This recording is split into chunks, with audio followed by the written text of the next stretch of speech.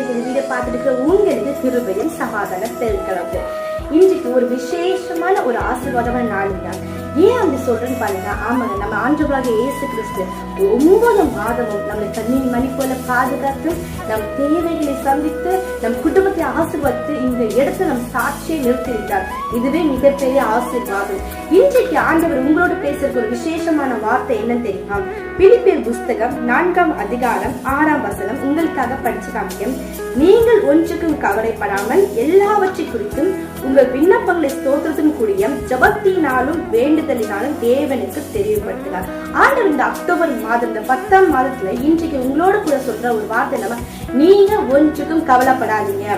உங்க வாழ்க்கை குறித்து, உங்க குடும்பத்தை குறித்து, உங்க வாழ்க்கையில நடக்கிற சில குழப்பத்தை குறித்து நீங்க கவலைப்படாதீங்க. சில பேர் என்ன செய்யறாங்க தெரியுமா? கவலை வரும்போது அதை மற்றவர்கிட்ட பகிர்ந்துடணும், உடனே மற்றவர்கிட்ட சொல்லிடணும், அக்கம் பக்கத்துல இருக்கிற சொல்லிடணும், நண்பர்கிட்ட சொல்லிடணும், வெளியில சொல்லிடணும். சொன்னாதான் அவங்க மண்டையில இருக்க பாரம் குறையும் நினைக்கிறாங்க. ஆனா ஆண்டவர் என்ன சொல்றாரு?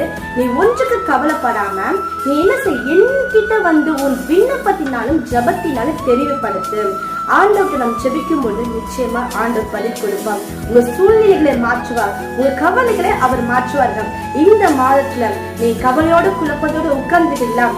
இன்னையிலிருந்து, இந்த புதிய நாள்ல இருந்து ஆண்டவர் சமூகத்தில் ஏறுங்க.